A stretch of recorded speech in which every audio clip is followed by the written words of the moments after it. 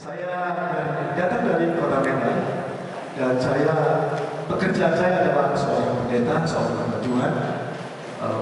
Kami baru memulai gereja kami.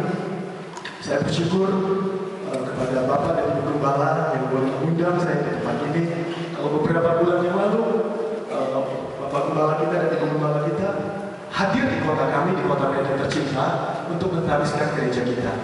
Jadi hari ini kita sudah bergereja dan jemaat kita masih jemaat yang sangat mula-mula, kurang 50 orang, dan bulan lalu kita baru membaptis 5 jiwa baru.